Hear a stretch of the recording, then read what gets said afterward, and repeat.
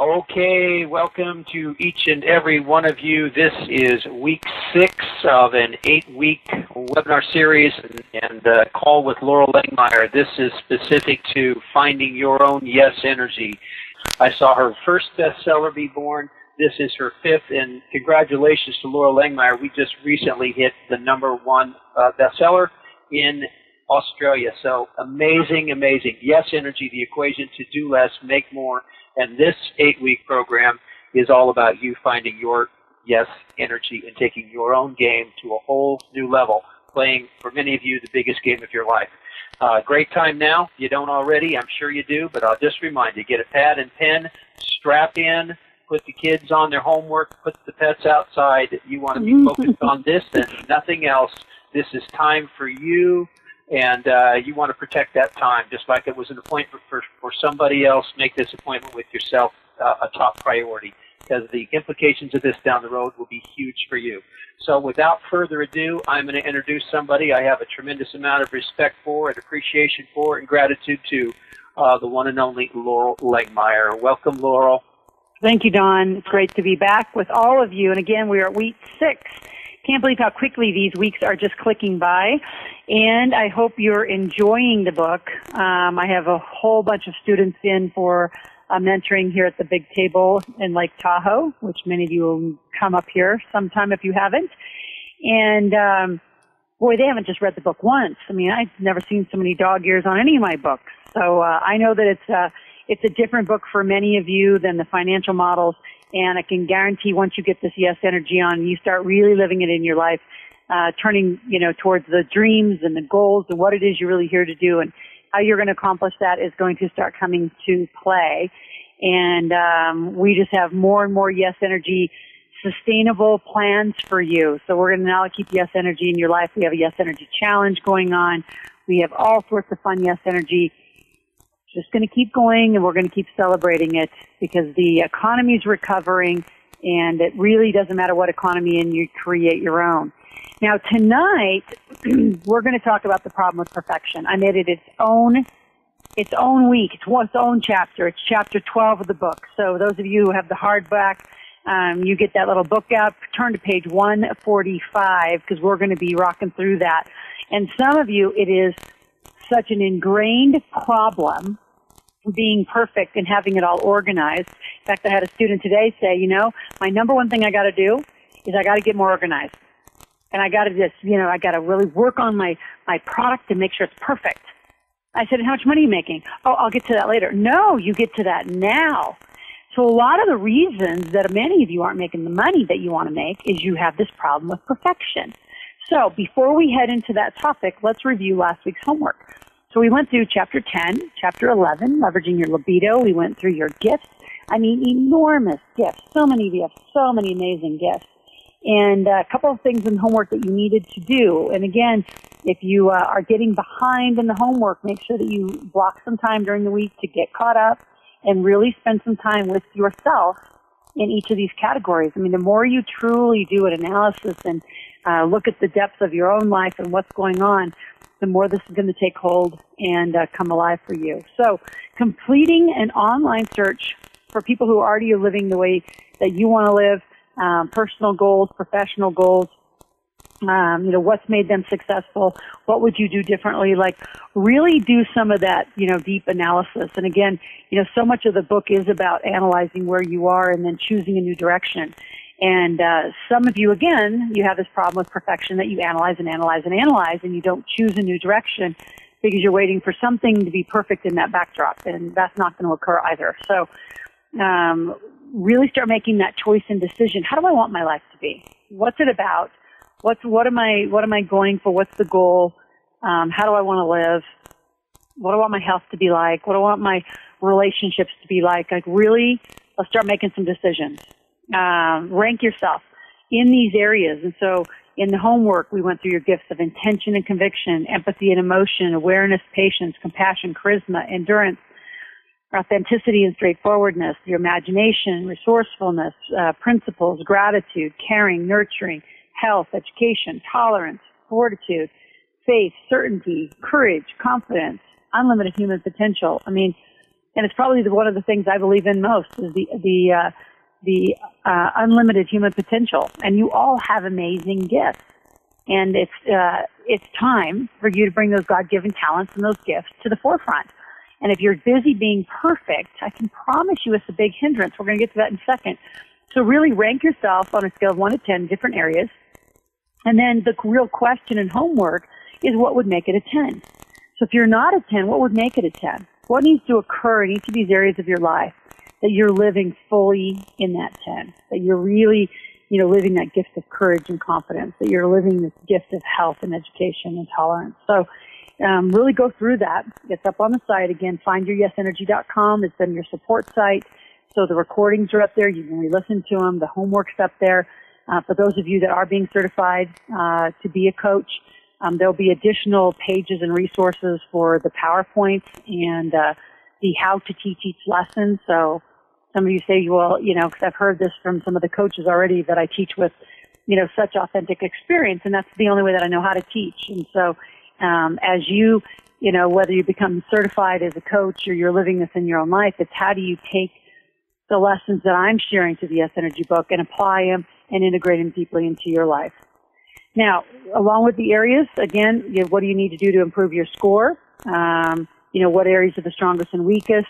And really, how could you fill in some of the gaps with team members if you really, really feel, off in some of those areas? But I think a lot of this is deep inside all of you. In fact, I would kind of hedge to say every one of these gifts you have.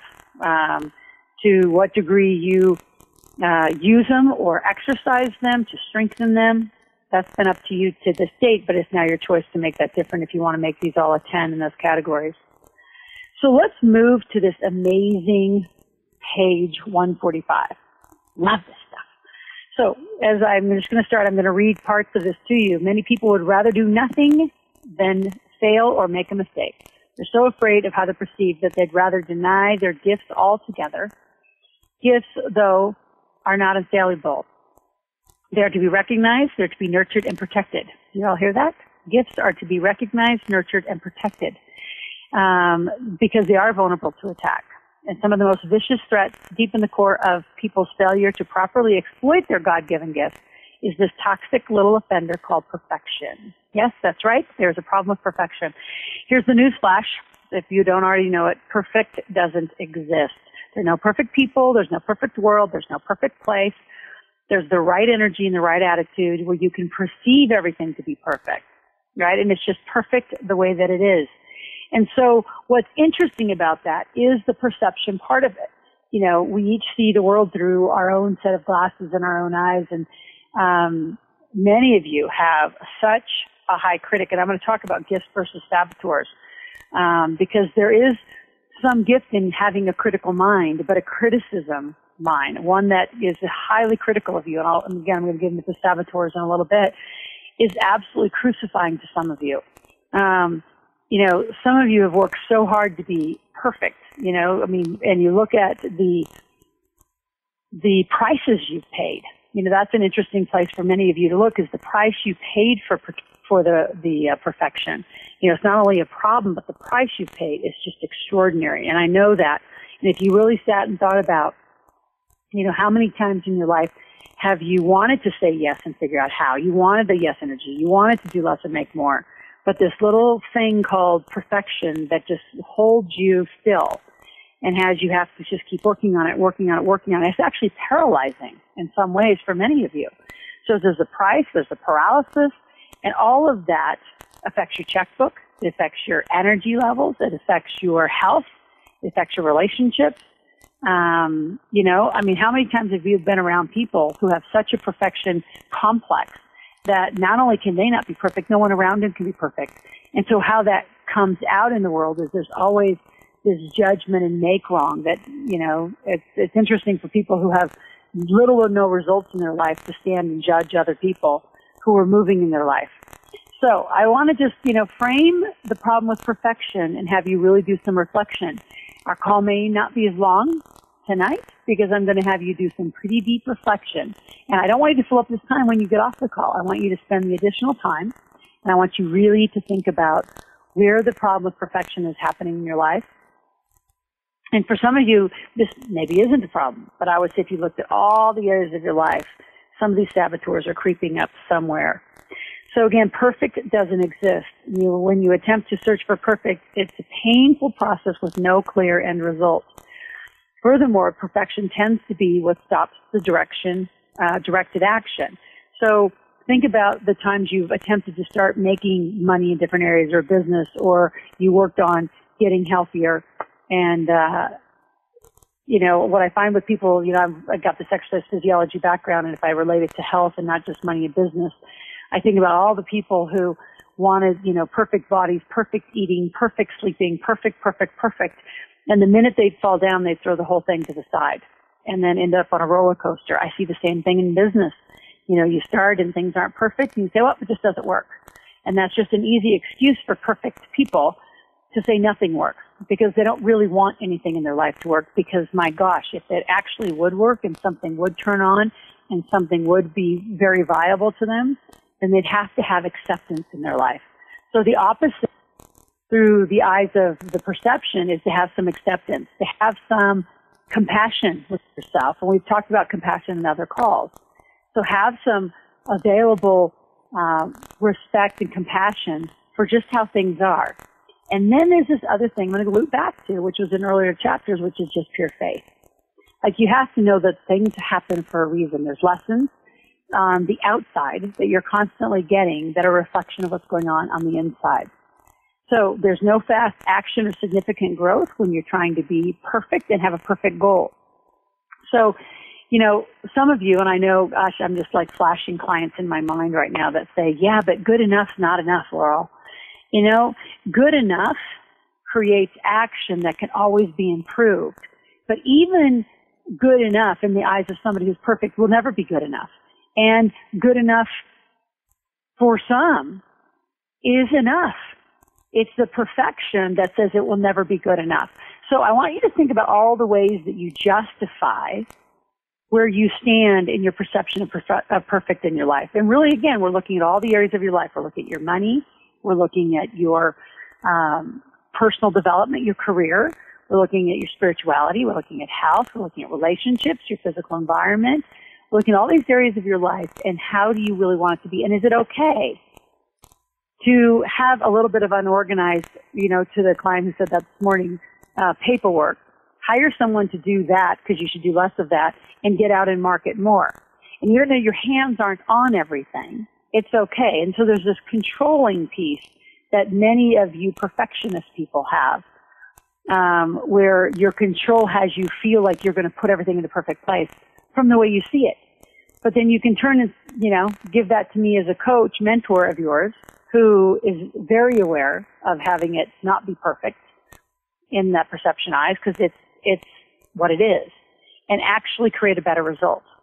So are you coachable, and are you open to have people who have bigger results in their life give you feedback and input to where perfect is not working, where controlling a situation or an outcome is not working, and just to be curious and open to what's possible. So I'm choosing my words very, very carefully, because I need you to hear the difference between controlling and perfect versus curious and what's possible, right? Just very different languaging, very different perspectives, and you all are aware enough to know that you can walk around something 360 degrees and you're going to see it all from a very different angle.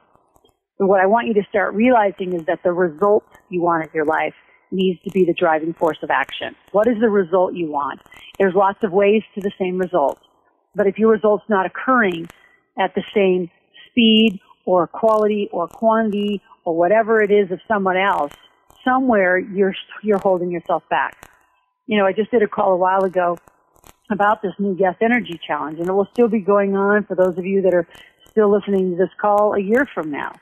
But in the Yes Energy Challenge, it was a say yes and figure out how moment. And we want you to step in without any perfection, without knowing exactly what you're going to be doing. Is say yes to an additional $100,000 in your life, right? Just say yes to the things you want in your life. Say yes to the results, and how everyone that participates in this Yes Energy Challenge is going to get that extra 100,000. It's going to be 100 different ways. It's going to be totally different, and it's going to be perfect for them. So again, perfect has a lot to do with your perception. Now, perfectionists do not like surrendering or making mistakes. They don't like failing because that's just not perfect or good enough, right? So they're conditioned to have everything being controlling. In many cases, obstacles are avoided or denied rather than confronted because they have to have it perfect. Now, I know so many people who I can even put their names on that. So the obstacles are avoided or they're denied because they can't have a perfect path to what they see as a result. When the truth is, it's not about perfection. It's about commitment. So I want you to write that down. It's not about perfection, it's about commitment. It's about your ability to commit to the result you want and then go over the river, through the woods, and all sorts of tracks and vehicles to get to the result. Because depending on the path you take, the coach you listen to, the models you follow, your obstacles or your lessons that you need to learn are all going to be different for each of you. In many of the path to any result worthwhile has obstacles. Perfectionists don't pursue the path whenever there's a perceived obstacle. They'd rather, like many of my acquaintances in the earlier chapters, they like to do nothing. So what I'd like you to think about is where are the areas you do nothing, because in your mind you've already perceived or evaluated that it's not going to be perfect if you have to go through these obstacles and you have to go over the river and through the woods and through the maze and confront some pretty tough stuff in your life. So you can sit in your safe box called perfection and nothing happens. So if you don't have the result, you've got to be looking as where am I controlling a perfect outcome versus have it be a little messy.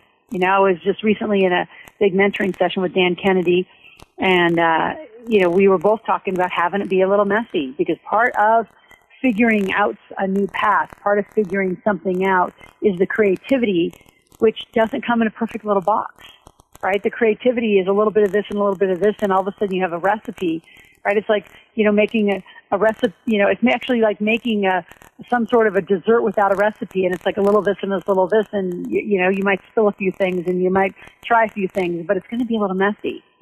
And I think a lot of you that have this problem of perfection can't tolerate messiness. So you say, well, how do I even start understanding it, Laura? You've got to start hanging out with different people. The only way that I know to teach a lot of you very quickly the things that you need to learn to create the result in your life is to spend time with the people around you that have a different result that you want. So learn through your mistakes. Some of the biggest lessons are coming from the challenges that define who we are and how we solve problems. So again, how do you solve problems? Some of you that are so perfect aren't willing to take on the problems.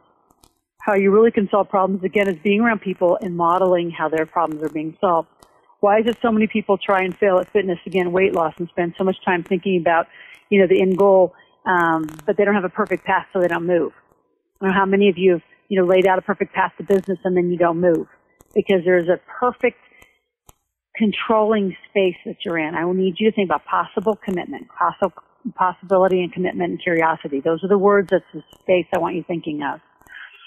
So before we move into the different gifts and the saboteurs, because there's several of them I want to go through, is there any questions really quick, Don, that's coming up for people? Because I'm sure we're on a touchy little subject out there today.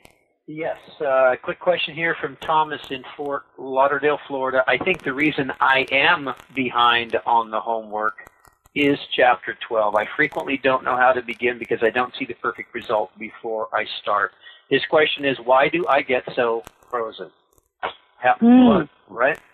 Yeah, I think that part of what I want to untangle, because it sounds like it could be part of it, is notice what part is perfect and controlling versus you just lack the experience, hence you just need more coaching and direction.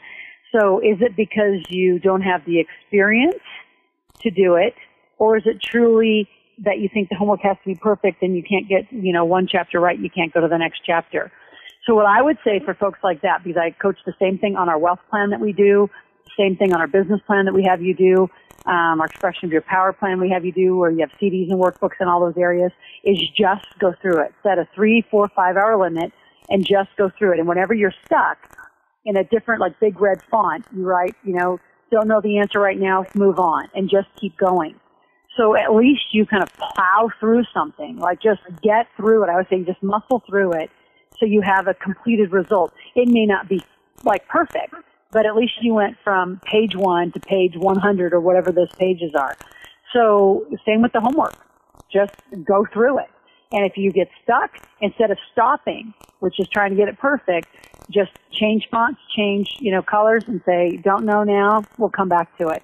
And notice by just moving through to a completion, how that will have you just feel differently and have different energy. The other thing I would say and coach a lot of you on is stop doing things by yourself. Perfection tends to stand alone because nobody else can, do it the way they do it. So allow other people, especially if they have messier behavior in your eyes, to them it's perfectly fine.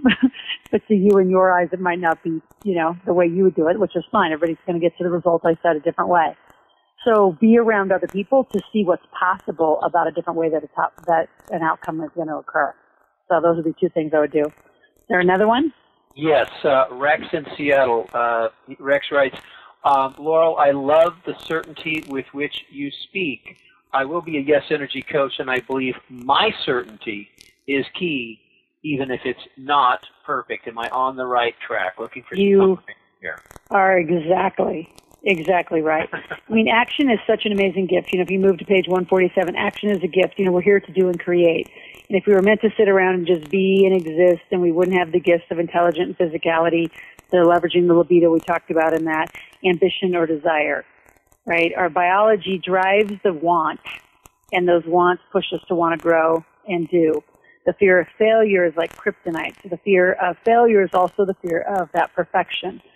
So the confidence is going to come through action over time done right. So many of you, I know you're in action, but you might not be in the right action. And the right action, it's tough to sort that out. I find experience starts giving you that evidence. We've talked a lot about that. So experience only comes from action. And so as you get action and it's not giving you the right experience, that's where you got to keep, logging back onto our forums, continue to talk to your coach about, why isn't the experience causing the result that you want? What's the action? Because at the root of the result is some core action that started a while ago that's just not in line. It's just not occurring. So, to get the confidence, you need the evidence, and to get the evidence, you need the experience. To get the experience, you need the action. So just know that that's a way to back into it, and confidence will just emerge around you the more confident you're also with other people. Like I just did the most amazing leadership activity, here at the big table in Tahoe, and the confidence just surged in the room. You could feel it within 45 minutes. Everyone in the room shifted their complete energy to a new place of confidence because of some leadership activities we did. Now, I don't care what anyone says about all this online learning, and I'm a huge fan of it. We do a lot of online learning. You're on our online learning program right now with us. Nothing will ever, ever, ever substitute the physical energy exchange in a room between people. It's never going to. It's never going to. So I think no matter what business you're in, what you're doing, you've got to have both. You've got to have on and offline learning in all areas of your life. So just notice that, just notice that. And just notice how your confidence surges when you're with other people. So, Don, I'm going to keep moving. I'm going to go to page 148 and talk about some of these external forces of saboteurs. The outside forces attack the gifts that we have. And the saboteurs I'm going to talk about are criticism, judgment, rejection, the big black hole of indifference, and all which squelch the brightest of our talents. On page 148 in your book, so let's keep moving. So the gift of learning versus criticism. In order to continue to learn in a way that fuels our energy and builds our optimistic attitude, we have to be able to absorb good criticism and deflect the hurtful mean. And there's just an intuitive awareness of knowing does somebody really caring and giving the criticism, the feedback, I would call it also, in a way that's serving you, or are they doing it to be mean and hurtful? So you have to work on your own ability to also constructively criticize, give feedback to others. I find it really helpful to use acknowledgement with a positive comment. A good approach to manage and leadership is, for every, 5 positive comments, you can give 1 criticism. But I think some people, the thing I would say about that, having been corporately leadership trained, is that they always say, well, you can sandwich it. Give feedback, and give them the criticism and then give, positive feedback. Too many people are very aware of that. I think you have to be authentic, you have to be straight, and when you give it of service, people are wide open to it. The gift of tolerance and the saboteur of judgment. You have to give your gift of tolerance for ourselves and others, and there's a place of compassion in that. I think it's a rule to focus on, make it a rule to focus on the judgment from people who know me. My close friends, my close colleagues who know me well, will give me, what I call caring, considerate feedback, criticism, judgment. And then there are people who just judge. And what I find is that is probably in the perfection category, one of the most dangerous ones. I mean, look on the internet, look at all sorts of, I'm not one of those like everyone loves Laurel kind of people, because I say it straight. I say it the way that it is. And if you can't produce a result, don't promise somebody to produce a result. I say it straight and I say it clean. And, some people don't like it. They think it's too harsh.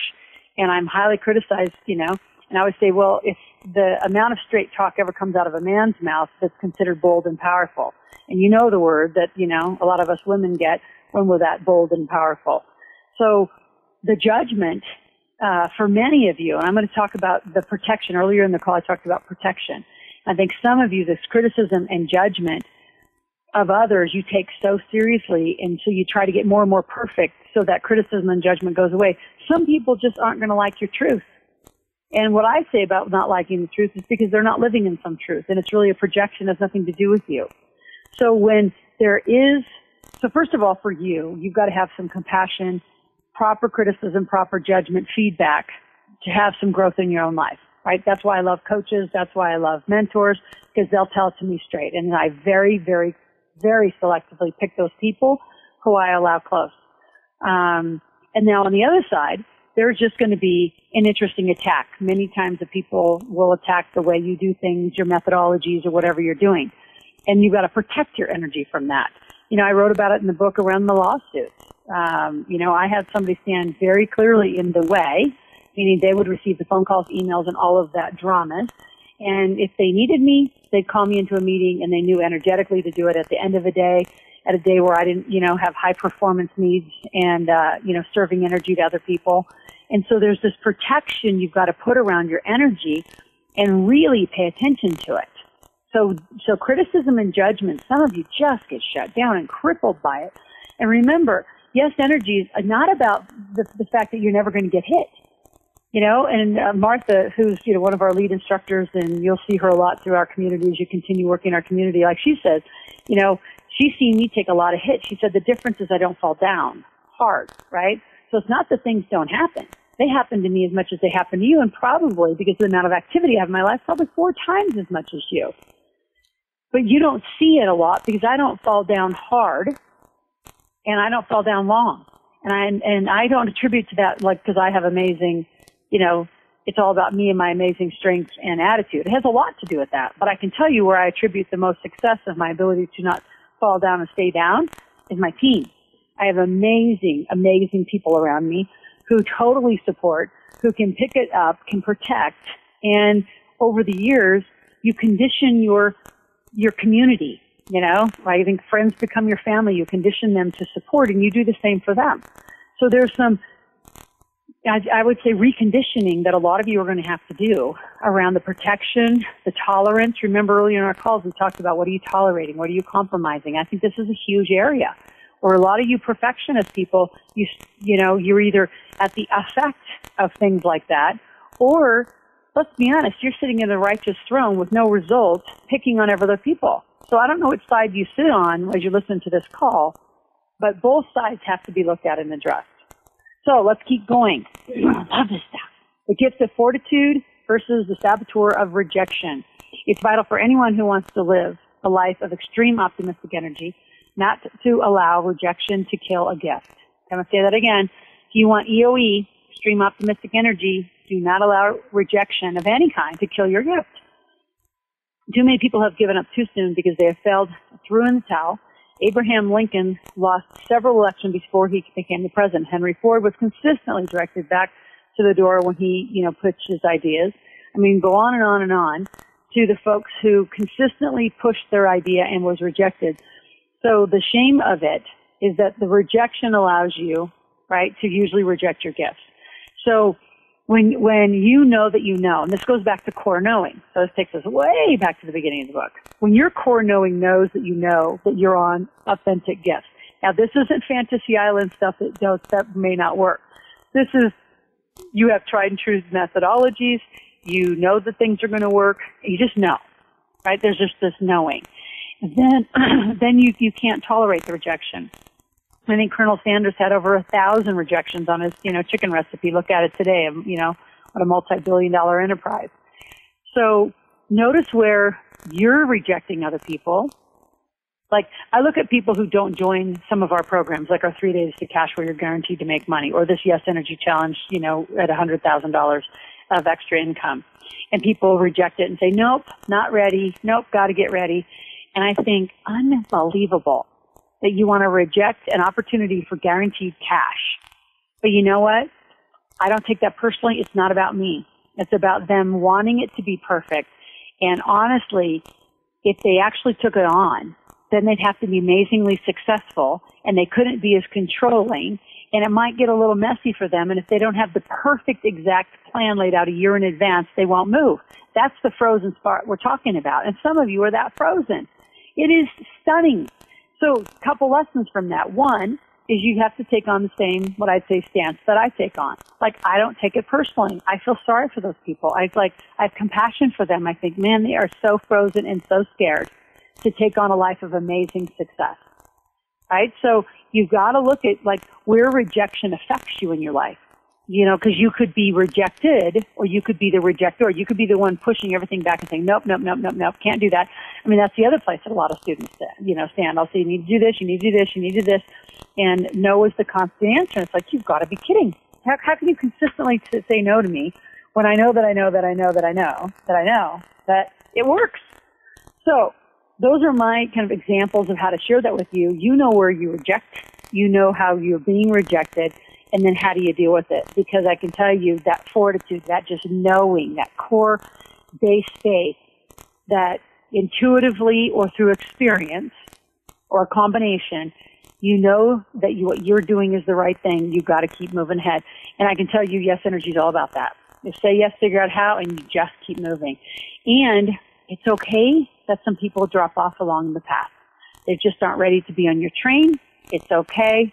Your job's to keep moving your train, your life, your vision, your mission, your service forward to the next level.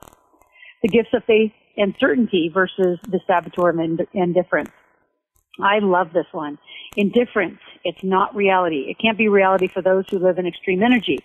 It means that the gifts are being displayed in the wrong arena. Pearls before swine, as they say. So the gift of faith and certainty helps stay optimistic and energized. When we truly recognize our gifts, we're recognizing that what they are, and in the true sense of the word, they're gifts. So they're not skills we're creating, but they're true gifts. They're just entrusted to you. So indifference really is an interesting way to just not know, not be aware. It's amazing how unconscious some people are about their enormous gifts, or scared to death. Again, being perfect says, well, I just don't know. I mean, how many times in your life, like something very tactical you start paying attention to, is how many times during your day you say, I don't know. What do you mean you don't know? It's a yes or it's a no. It's a decision. It's a choice point, but it's completely up to you to start making those choices. So the way that I would coach indifference for those of you that are really listening is watch when you say, I don't know, or I have to think about it. Those are places of indifference. And at some part of your thinking, I would assume there's some level of, I have to know that it's I have to know that it's a guarantee. I have to know that everything's going to work out. Everybody would love to think things work out, but through faith and certainty, right, and through choice, which is a decision, not indecision, that will start flowing in your life. I promise you'll start seeing it, but you got to start making those decisions. The gift of courage versus the saboteur of fear.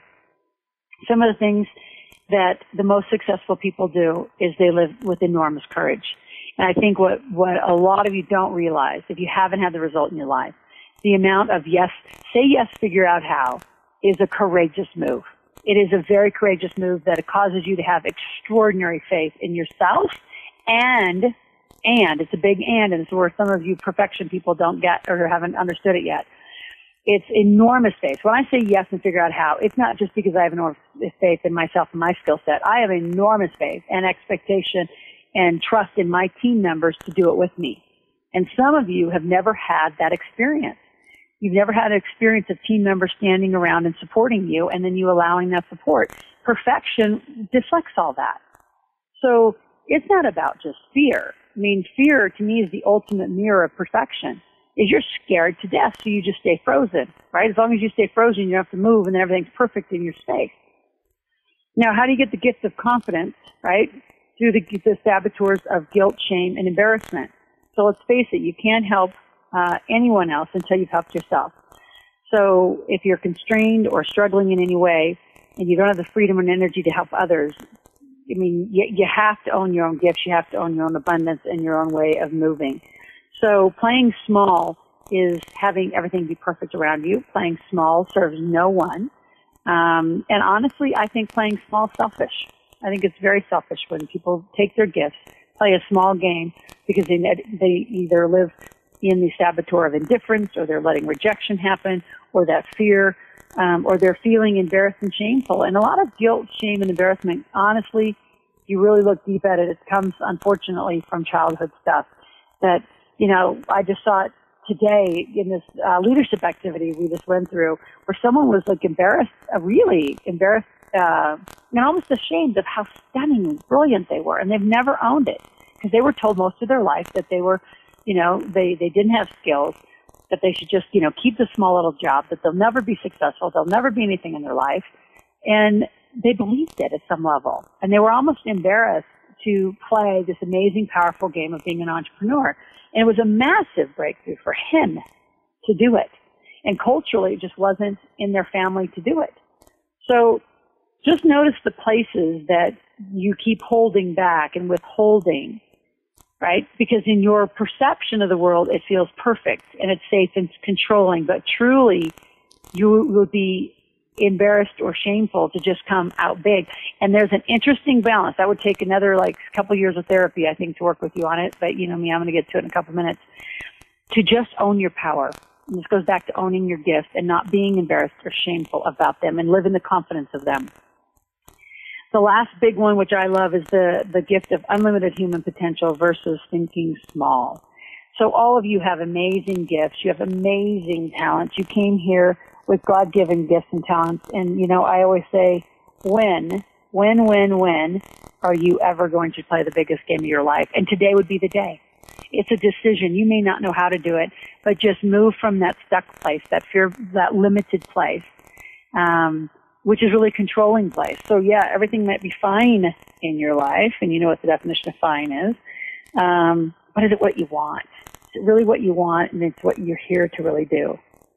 So the big lies in society is that education isn't passive. Children and adults need to actively lead and manage their education and manage the direction that you're going. There's way too much focus on having jobs in this unemployed United States, and I know there's people from all over the world listening to this, but you know that's still some dramas that are going on. Working hard and making money aren't related. I think working smart and making money are related. Planning to retire is planning to die, and remember, planning to retire. Retirement means to put to pasture. It's a worldwide definition. We're not sending anyone to pasture. We're sending you into a life of creativity, of yes, of designing the life you want, staying active your whole life, keeping your brain engaged your whole life. There's no such thing as retirement. It's just changing directions and changing activities in your day. So you want to be willing to say yes. And I'm going to say, you know, be wrong, make mistakes, but really just try things on and stop taking them so seriously. If something doesn't go the way you want it to, there's a lesson in it. Take the lesson, move on to the next step. Right? Forget about, you know, looking good, looking ridiculous, being embarrassed. Be around people who are curious and excited and want to problem solve and see things from a place of learning and objectivity. And when you fall down, get yourself back up as fast as you can. And many times you won't be able to do that by yourself. Hence why we have this enormous community at Live Out Loud. And we want you to stay very connected so we can always help you back up. To say yes, continue to figure out how to get things done. Do less of what you aren't supposed to be doing and more of what you're supposed to be doing. And the with perfection will start drifting away. So, Don, let's go to some questions. That was a lot of content. I want you to reread the chapters were your first homework, because some of you get it, some of you aren't getting it yet. There's an internal focus, there's an external focus to all of this. And really taking on, letting the perfection go is really, really critical. So, Don, what questions? Okay, yeah, I've got a comment from Sarah in Kansas City and a couple of really good questions that sort of are representative of lots of people asking kind of the same thing in different ways. But Sarah says, Laurel, go with, quote, good enough. I love it. I have begun thinking this way, and it is producing results for me. They are not perfect results, but they are measurable results. I love it. Thank you, Laurel. So that's well done. A lot of people. Well done, and I love that you get it. They aren't perfect from whose perspective? They're results. Oh, good point. Right? It's a result, and it's a result you didn't have. Remember several weeks ago, I remember I was doing the call from Australia. I said, just saying yes moves you to a new place. So when you say yes, you move ahead or sideways, but you move a different direction. You move several feet, right? And then you have to make a new decision from a new place. Where if you say nothing, you don't decide, you stand in indifference, you always make a decision from the same place, which is no movement. So a result's a result. At least you've moved. Yeah. Indecision is a decision, right? Right. Well done, yeah. All right. Karen in San Francisco, Laurel writes, I'm excited to be one of your yes coaches. What would you tell me as a coach who will need to be helping others to break through their own perfectionism if it is a pretty significant liability for me? Oh, I love that, because you get the gift of teaching what you need to learn. Mm-hmm. Yep, there you go. Pretty simple. So how do you get to that in more depth? We'll teach you as a coach how to get to that in more depth. And many of you, when you have, some little hot spots, right? I'll call them, I just kind of made that word up, but it's kind of fun. When you have some little hot spots in some of these areas, whether it's perfection, some of you might not have faith, right, depending on which part of the equation is a tougher space for you, because that's going to be different for each person. That I would say, get other coach support, and you'll be getting to really know the other Yes Energy coaches. And those of you who aren't the Yes Energy coach, put those people in your life that have similar issues, and then more importantly, put people in that just don't even have the issue. Like, I have no problem with perfect. Ask my team. They're like, God, could we make something a little more perfect before we launch again? It's like, no, let's just go, keep going, say yes, figure out how. So we all teach each other.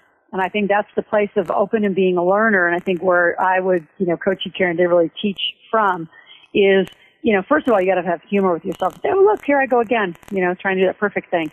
So use yourself with some humor, take yourself lightly, but also allow, that feedback to go back and forth between people who have the same syndromes, same hot spots as you do, and then those that don't have those same. So you are always learning. Outstanding. Okay, here's the last question for the night, Laurel. Jordan in Orange County, California. Laurel, you say that some people just don't want the truth. What would you say is the most important energy to hold when I am telling the tough truth that most people don't really want to hear? Well, yeah, and I think that's an interesting space, because remember, truth for you is maybe not truth for others. And so I always say the person who has the more awareness has more responsibility. So I would say, first, don't push it. You have to give that truth from a place of service. If you're driven from a place of being right, you're in judgment. So if they're not ready to hear it, just offer it. I remember, my coach's training years and years ago is, my coach, I almost didn't pass my coach certification, because he said, God, Laura, when you give the truth, it's like if you take a knife or a sword and you just cut somebody and leave them bleeding because you give it so harshly, even though it is the truth. He said some people can't handle the truth, right? So backing up and wrapping up that sword with a little glove or some sort of velvet is, I see this, I notice this, is some language patterns you can use. I see this and I notice this with you.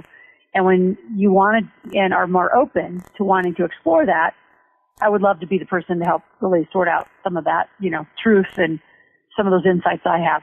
So I think part of it is you have to approach it being unattached. You can't be right about it. If they don't want to hear it, they're not going to hear it. I mean, we all know people in our life that, you know, we could look at them and say, oh my God, if they would just stop doing that, they'd have such a different result.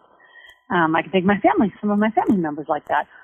It's not my job. You know, my job's my life. My job's, you know, just to play the biggest game and model. It's not to be right or righteous or convince someone to have to do it my way. And when they want a different result, they'll come forward. But if you approach with harsh criticism and that hard truth, your way and being right, you'll never help anybody with a breakthrough.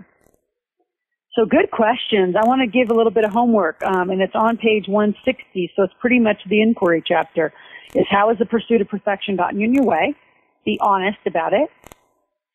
Consider what you perceive to be your greatest failures, and have you learned from your mistakes? Like, are you really taking the learning forward, or are you ignoring it? Examine the internal and external saboteurs that we talked about and how they're threatening your gifts, and where you've just gotten casual about it. You know, this isn't about casual. Casual behavior gets casual results. You know, I was talking to some folks around this Yes Energy challenge of making an extra $100,000, and they said, well, can I do it part-time? I said, part-time gets part-time results. So it's not about time, it's about intention. It's about the action during that time of intention that's really important. And then the last piece of homework is reflect on something that you really want to try, you really want to do, and you've been afraid of doing it because you're trying to get it all perfect. And what will have you say yes to it this week?